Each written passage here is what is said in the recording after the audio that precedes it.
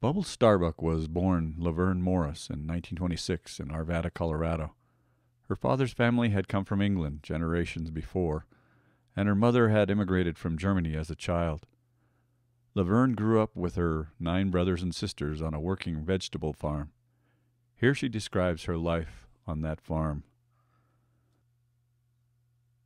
Well, Bubbles Starbuck, thanks for being part of the Garfield County Library's Big Read. You have been a great supporter and spent a lot of hours making the library system work in Garfield County, and I want to personally thank you for all that you've done to make them survive and thrive. Yeah. Well, thank you. I was on it many years, but it was all worth it. So I guess I'm supposed to ask you that question of how you got your name. Well, when I was a baby, I used to lay in the crib, sucking my thumb and blowing bubbles and laughing. And my dad called me the bubbling kid. And I was number 8 of a family of 10. And the older brothers and sisters just shortened it up to Bubbles. And it stayed with me all my life. And people know me more by Bubbles than they do by my real name, Laverne. Well, which do you prefer? Do you care? I don't care. So tell me where you were born. I was born in Arvada, Colorado, on the Eastern Slope. Grew up there, graduated from Arvada High School. What year were you born, do you mind? 1926. So just before things got pretty rough, or were Yes. things rough before that? No. World War I had concluded, and the world was in pretty good shape, and it was just before the big crash of Wall Street 2 or 3 years later. So you were just a baby during that time, but Yes. The 30s weren't all that good for a lot of folks either. So No, the 30s were tough. what do you remember? What stories do you have from that time? Well, we lived on a vegetable farm. My father had 10 acres in Arvada, and we grew all kinds of vegetables, tomatoes, onions, corn, and fruit, strawberries, raspberries, you name it, we grew it to have seasonal revenue. At the time, we raised asparagus, and all of us brothers and sisters were expected to be the cutters of the asparagus every day. We had to cut twice a day, in the morning and the afternoon, before school and after. Then at night, right after supper, we would bunch it like you see it in the store today. We got 1 cent a pound, and we cut about 1,000 pounds a day. With my full family was 10 brothers and sisters, and I was number 8. But $10 a day for a family of, my grandfather lived with us too, so there was 13 living at home. $10 a day for asparagus. How old were you when you started working? As soon as I could carry a strawberry carrier to the packing shed so my mother could crate the strawberries, which was about 4 or 5.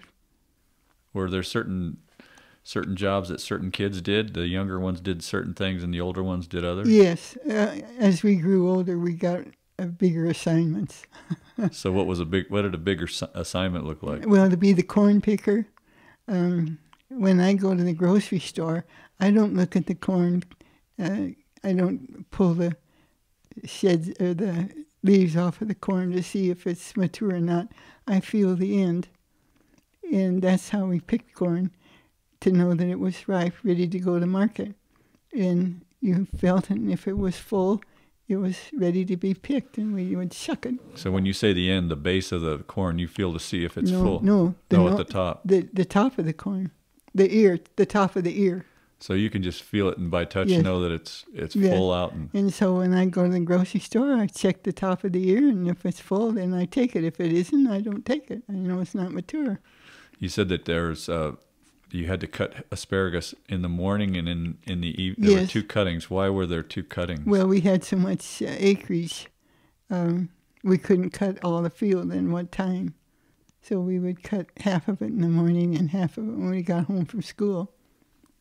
Where was the produce sold? Where did it go? They had a vegetable market down on.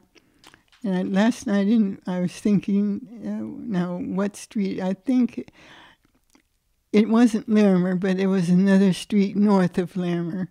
And I don't think they called it Market Street, but they might have. I think there is a Market Street down there, yes. In Denver. And my father took it to market every morning that they had market. And I think that was 3 times a week. And a lot of, at that time, the grocery stores would come and buy from the farmers at market. And we sold a lot of vegetables and corn to Safeway. Yeah, it sounds like that was that was a huge garden, a huge enterprise, huh? Did your father and mother depend just on the kids, or were there other workers that No, it was just the family. It was a family farm. So kids would, after school, what did you do after school? What were the chores around the vegetable farm? All right, then we'd come home. When the asparagus was in season, we cut asparagus. When tomatoes were in season, we picked tomatoes. When onions had to be harvested, we topped onions. During the summer, it was like green beans and peas and raspberries and blackberries and black raspberries. Strawberries. What time did the day start for your parents? As soon as the sun was up. And it was never over until we got the asparagus bunched or the onions in the shed or the corn in bags. We put 5 dozen to a sack, a gunny sack. Uh-huh. And we'd get orders for 100 dozen. We'd go out and pick them, make sure they're in a gunny sack, and then go to market the next day. It sounds like hard work. Did it feel like hard work to you? Did you feel like you were working hard? No, because we knew it was our livelihood, and we didn't know any other way to do. We were expected to do it, and we did it. Were other kids expected to do the same? Oh, yes, the whole family did it. All my older brothers and sisters helped. But other families around you did. No. You were farm kids. Were you going to school with city kids? But oh yes, yes, we went to Arvada. Mm-hmm. Right. So, how was that? Did you feel like you were different in a way, or was that just what everybody else was doing? Well, there were other farm families, and I didn't feel any bias towards me by the other students. I didn't have any wishful thoughts for the city kids. It didn't dawn on me to think about it. But after school, a lot of times there were probably activities that. Were you able to participate? Oh no. In high school, my 2 younger brothers did wrestle, and my 1 older brother did play football, but those were the only sports. Maybe track. So what was your father like? What are your memories of your father? Well, my father, of course, was the disciplinarian, but he was on the school board my entire 12 years of school, so I couldn't misbehave. Even if I had wanted to, I couldn't, because that threat was over my head. Yeah. He was on the school board, and then he also became county commissioner when I was in high school of Jefferson County. So he was, not only was he a farmer, but he was pretty active in the community. Yes, so yes, he was. When did the man sleep? When we did. What about your mom? Oh, she worked all the time. I don't know how she did it. bless her heart. But one thing about it, the older ones helped a lot. The older ones helped my mother with the younger ones. And that was a blessing. So your older sisters and brothers were sort of secondary parents Yes. to you? And we all had chores. We would trade off week from week, from being dishwasher to dish dryer to putting them away, doing pots and pans, mopping the floors, cleaning, vacuuming. We all had chores that were expected to do week by week, but we traded off. So did you ever just go on strike, or was that even an option? No, but I don't know how my mother and father stood it, but we would work all day or do everything that we were expected to do.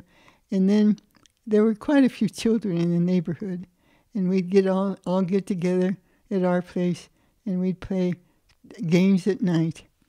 Tag, shadow tag, kick the can, hide and seek. And then we had a canal that froze over in the wintertime for the irrigation water to the farms. And we'd have ice skating. We'd go up and skate at night and have a big bonfire, which is a lot of fun. No cost or anything. We didn't spend any money, but we entertained ourselves.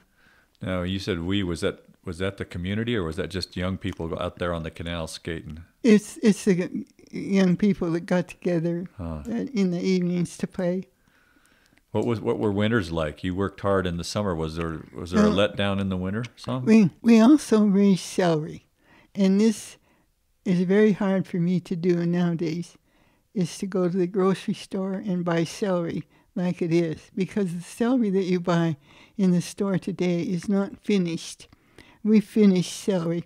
We would dig a big trench about 12 inches deep, the full length of the field. And then we would cut the celery heads from the row, wrap each one in newspaper, and then stand it up in the trench. And then when we had the trench full, we would cover it with straw, and then my father would cover it with a sheet of canvas. And we would leave it for about from 6 to 8 weeks, and it would come out bleached, real tender and very palatable, much sweeter than and easier to eat than what you get in the store today. But that required too much work, and so now all the